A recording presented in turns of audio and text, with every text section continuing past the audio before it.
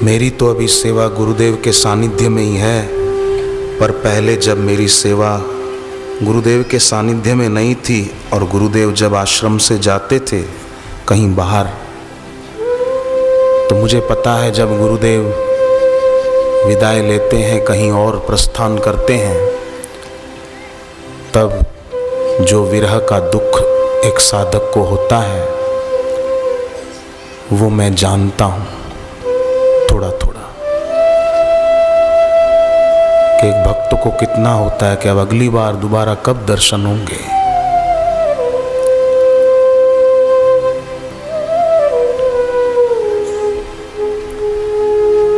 क्योंकि संसार में तो चारों तरफ दुखालयम अशाश्वतम, संसार को भगवान ने कहा अनित्यम असुखम। गुरुदेव के सानिध्य में ही शाश्वत की खबरें मिल रही थी, ईश्वरीय आनंद की ज्योत जग रही थी।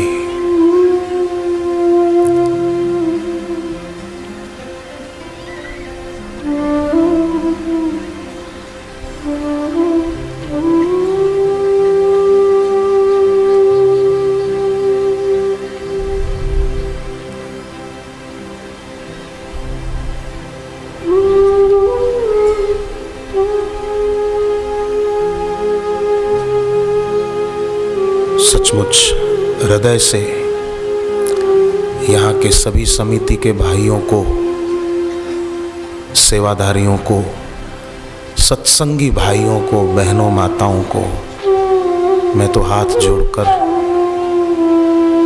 प्रणाम करता हूँ। आपकी श्रद्धा को मेरा प्रणाम है, आपकी भावनाओं को प्रणाम है, समिति के सज्जनों की सेवा भावना को प्रणाम है। भगवान करे ऐसी भक्ति, ऐसी श्रद्धा, ऐसा प्रेम, ऐसा उत्साह ईश्वर के लिए, ईश्वर प्राप्त गुरु के लिए हमारा बढ़ता जाए। ये सच्ची संपत्ति है जिसको काल छीन नहीं सकता।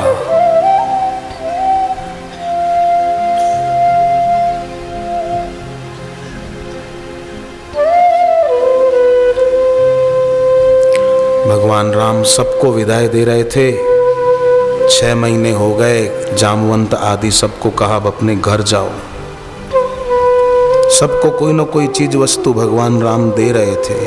आंखों में आंसू लिए मुड़ मुड़ कर राम जी के दर्शन लेते हुए सब जा रहे। अंगद की बारी आई तो अंगद रो पड़े। भगवान ने पूछा क्यों रोते हो? अंगद कुछ बोल न पाए। भगवान समझ गए कि ये अपने चाचा सुग्रीव से डरता है। सुग्रीव और इसके पिता वाली की दुश्मनी थी।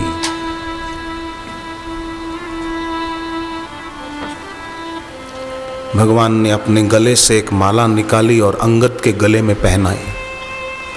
पर माला पहनाते समय भगवान राम सुग्रीव की ओर देख रहे थे और मानो इशारे से कुछ कह रहे थे कि सुग्रीव, कभी तुम इसके पिताजी से डरते थे, तब मैंने तुम्हारे गले में माला पहनाकर तुमको इसके पिता के डर से मुक्त कर दिया था। आज ये तुमसे डर रहा है, मैंने इसके गले में माला पहनाई है, तुम जरा ध्यान रखना। अंगद के गले में भगवान राम ने माला पहनाई, पर हम सबके हृदय रूपी गले में पूज्य बापू जी ने सत्संग और गुरु दीक्षा रूपी माला पहनाई है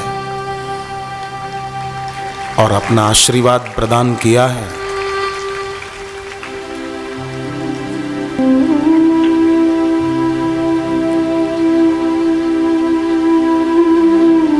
भगवान त्र्यंबकेश्वर के चरणों में हम सभी प्रार्थना करें कि हे भगवान, हे त्र्यंबकेश्वर,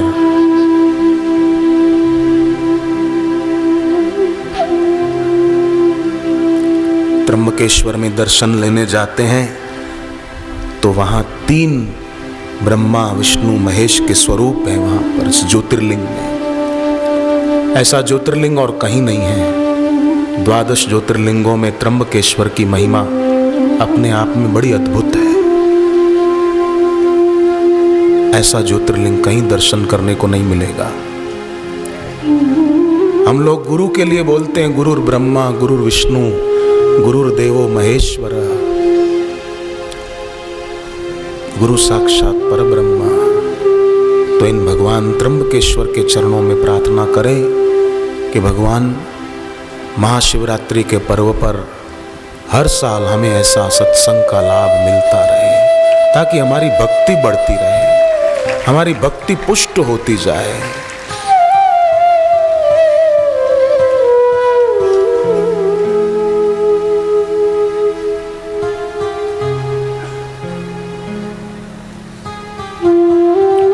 पहले के जमाने में गुरुकुल में विद्यार्थी वेद पढ़ते थे, उपनिषदें पढ़ते थे।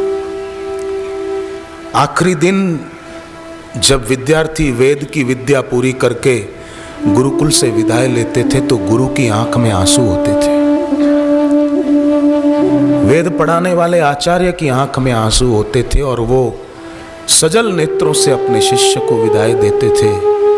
विद्यार्थी की आंख में भी आंसू होते थे और आचार्य भरी आंख से, भरे हृदय से अपने विद्यार्थियों को कहते थे, बेटे इन दिनों में तुमने मेरे पास रहकर जो विद्या पाई, जो कोई अच्छी बातें लगी हो वो अपने जीवन में उतारना बेटे, और मेरे आचरण में अगर कुछ गलती दिखी हो तो उन गलतियों को तू मत लेना। मेरी कोई अच्छाई दिखी हो तो वो जरूर तू अपने जीवन में लाना। और दिल से सद्भाव आचार्य के निकलता था।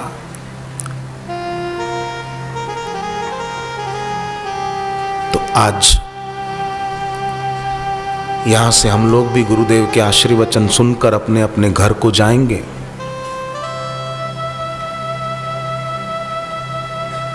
पर मेरी एक प्रार्थना है कि, और प्रार्थना की सत्य ही है,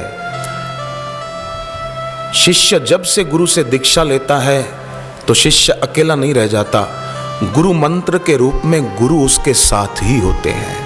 तो आज आप जाओ, जब गुरुदेव के दर्शन लेकर, तो ये मत सोचना कि आप अकेले जा रहे हैं या पति पत्नी साथ में जा रहे हैं या बाप बेटा साथ में जा रहे हैं या बहने बहनें साथ में जा रही हैं। ये सोचना कि आज बापूजी स्वयं हमारे साथ हैं, हम उनको साथ लेकर के जा रहे हैं, वो हमारे संग हैं, तो अब हमें किस बात की चिंता।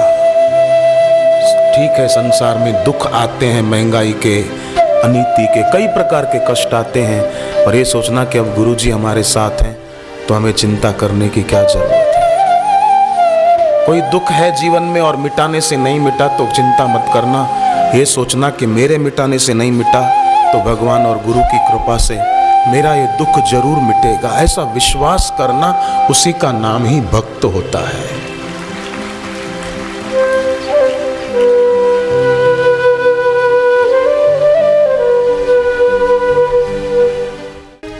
मनाच्या मंदिरात आहे गुरु मूर्ती, मनाच्या मंदिरात आहे गुरु मूर्ती, सकाळ संध्याकाळ करू त्याची आरती, सकाळ संध्याकाळ करू त्याची आरती।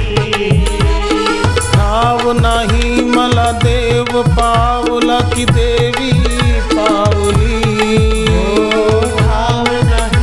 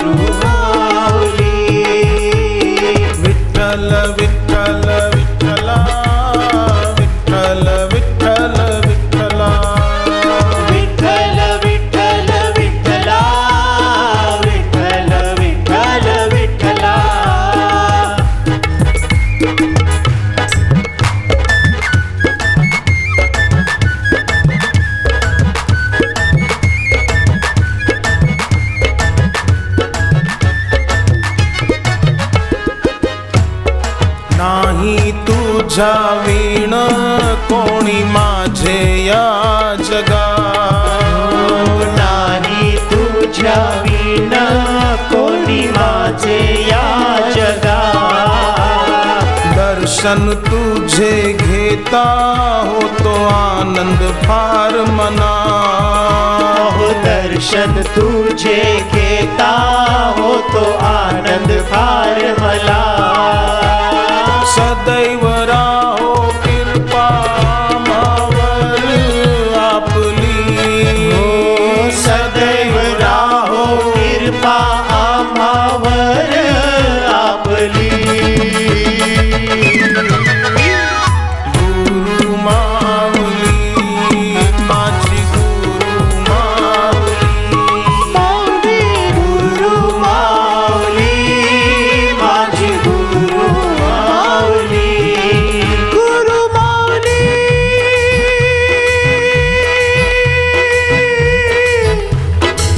गुरु माऊली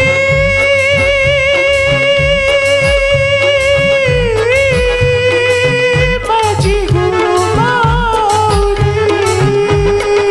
विठ्ठल विठ्ठल विठ्ठला विठ्ठल विठ्ठल विठ्ठला। विठ्ठल विठ्ठल विठ्ठला विठ्ठल विठ्ठल विठ्ठला।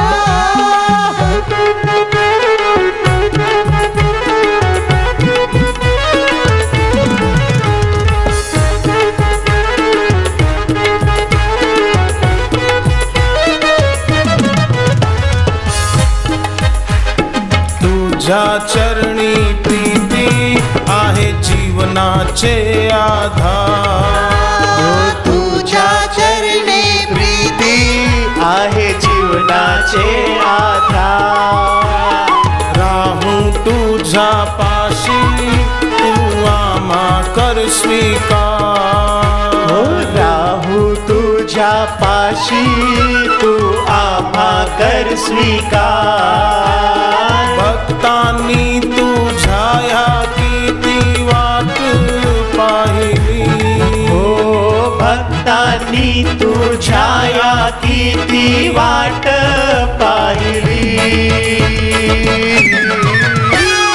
गुरु माऊली माझी गुरु माऊली। गुरु माऊली माझी गुरु माऊली। विठ्ठल विठ्ठल विठ्ठला विठ्ठल विठ्ठल विठ्ठला। विठ्ठला विठ्ठल विठ्ठल विठ्ठला विठ्ठल विठ्ठल विठ्ठला। विठ्ठल विठ्ठल विठ्ठला विठ्ठल विठ्ठल विठ्ठला। विठ्ठल विठ्ठल विठ्ठला हो विठ्ठल विठ्ठल विठ्ठला। विठ्ठल विठ्ठल विठ्ठला विठ्ठल विठ्ठल विठ्ठला। विठ्ठला विठ्ठल विठ्ठल विठ्ठला विठ्ठल विठ्ठल विठ्ठला। विठ्ठला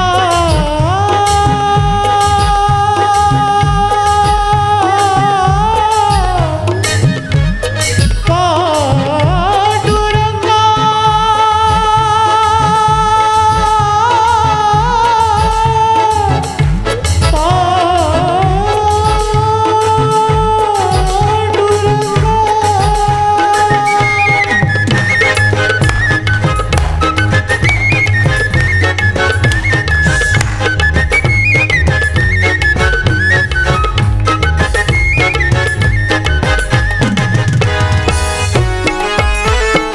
नेहमी सोबत माझ्या पण ऐकत नाही मन।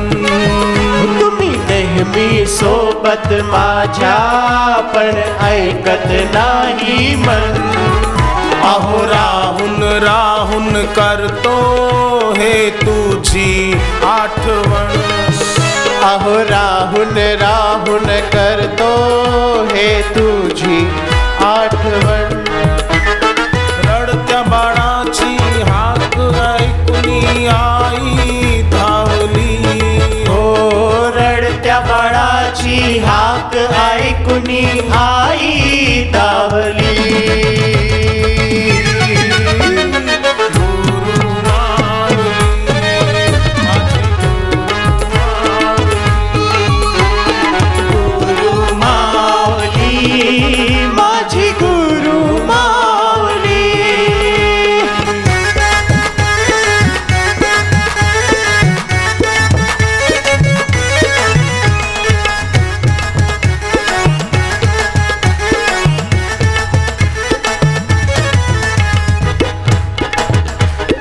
धन्य आजी दीन झाले संतांचे दर्शन तुका धन्य आजी दीन झाले संतांचे दर्शन झाले समाधान पायी विसावले मन झाले समाधान पायी विसावले मन गुरु माऊलींचे स्मरण करून शांती लाभली हो गुरु माऊलींचे स्मरण करून शांती लाभली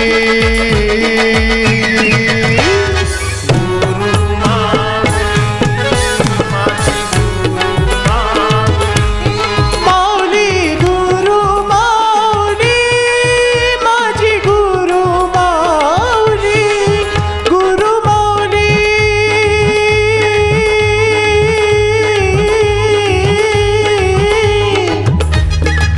गुरु माऊली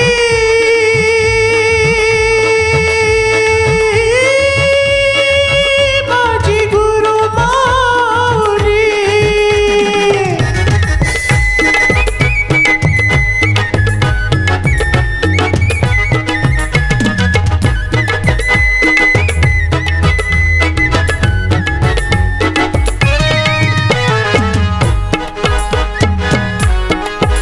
गुरु आनंद कंद सुख धाम गुरु माऊली दीन दयाल गुरु आनंद कंद सुख धाम गुरु माऊली दीन दयाल जो जाई सद्गुरु शरणी त्यांचे सुटतात माया जाळ जो जाई सद्गुरु चरणी त्यांचे सुटतात माया जाळ सेवा यांची करुणी आम्हा मुक्ती लाभली हो सेवा ह्यांची करुणी आम्हा मुक्ती लाभली